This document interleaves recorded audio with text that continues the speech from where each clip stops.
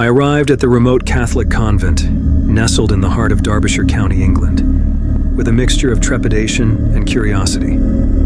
As a young priest, I had heard the whispers of the convent's dark past, but nothing could prepare me for the horrors that awaited within those ancient stone walls. The Convent of Saint Louis had been a sanctuary for nuns for centuries, but its history was shrouded in a sinister secret. It was rumored that a high priest from the darkest corners of the occult had once taken refuge here, practicing unspeakable rituals of torture and cruelty. Upon my arrival, I was met with the austere faces of the nuns, their eyes filled with a mixture of fear and resignation. They spoke in hushed tones of the evil that lurked within the convent, of unexplained deaths and whispers in the dead of night. As I settled into my quarters, I couldn't ignore the palpable sense of malevolence that hung in the air. Shadows danced along the convent's ancient corridors, and the chapel's once holy aura felt tainted. It was on the first night that I witnessed the horror firsthand. As I knelt in prayer, the candles flickered and a cold breeze swept through the chapel. I heard the agonized cries of the nuns, their voices distorted by an otherworldly force. The crucifix above the altar twisted and contorted as if in pain. I rushed to the source of the cries, finding the nuns writhing in torment on the chapel floor. Their eyes were vacant, their bodies contorted in unnatural ways. It was clear that an evil force had taken hold of them, and I knew I had to act. The possession of the nuns was just the beginning. Soon I began to hear the whispers, the voice of the high priest from the occult, echoing in my mind. It spoke of dark rituals and the power of eternal darkness. It sought to possess me, to use me as a vessel for its cruel intentions. I delved into the convent's history, uncovering a hidden chamber deep within its bowels. There, I found the high priest's journals, filled with gruesome details of the torture and cruelty he'd inflicted on the nuns. With the knowledge contained in those journals, I embarked on a desperate mission to exorcise the evil that had plagued the convent for centuries. Armed with holy relics and unwavering faith, I confronted the malevolent force that had possessed the high priest and now sought to possess me.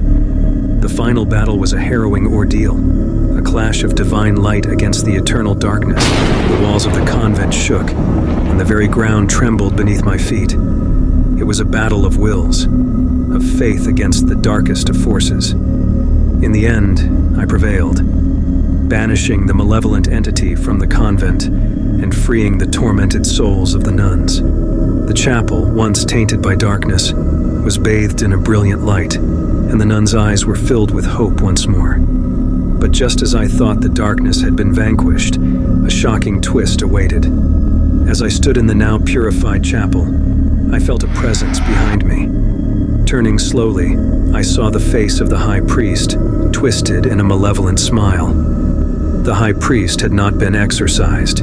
He had merely found a new vessel. And now, he spoke through me, his voice echoing in the chapel, proclaiming that the darkness was eternal and that I, too, would be consumed by it. As I felt myself losing control, I realized that the battle was far from over. The darkness had found a new host, and I was powerless to stop it. The convent of eternal shadows remained a place of unspeakable evil, and I was forever bound to it. As the malevolent voice of the high priest echoed through me, I felt myself being consumed by an overwhelming darkness. It was as if my very soul was being devoured, and I was powerless to resist. The nuns, who had just been freed from the grip of the evil force, watched in horror as I, their savior, became a vessel for the very darkness I had sought to banish. Their eyes were filled with a mixture of fear and despair, for they knew that the battle was far from over. The high priest, now possessing me, taunted the nuns with his wicked laughter. He reveled in the torment he could inflict upon them through my voice and actions. The once sacred chapel had transformed into a nightmarish scene, and the nuns were trapped in a waking hell. As days turned into weeks, I struggled to regain control of my own body and soul. The high priest's presence was relentless, a constant reminder that I had failed to fully exorcise the evil that had plagued the convent for centuries. Desperation drove me to seek answers within the journals I had discovered. I scoured the pages for any clue, any shred of information that could help me reclaim my own identity and free the nuns from this nightmare. It was then that I stumbled upon a ritual, buried deep within the journals, a ritual of sacrifice that the high priest had performed to bind his soul to the convent. The ritual required the blood of the faithful, a willing vessel, and the utterance of an incantation of eternal darkness. With a heavy heart, I realized that there was only one way to sever the high priest's connection to the convent. I had to perform the ritual myself, to become the willing vessel and utter the incantation of eternal darkness. I gathered the nuns, their faces filled with a mixture of hope and trepidation. They knew what was at stake, and they offered their support in this desperate endeavor.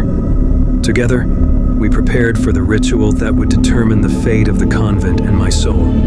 As I began the incantation, the very air seemed to vibrate with power. The chapel filled with an otherworldly light, and the high priest's presence within me grew increasingly agitated. The battle for control raged on, a clash of wills that threatened to tear me apart. In a final, desperate surge of willpower, I completed the ritual, offering my blood as a sacrifice and sealing the high priest's connection to the convent.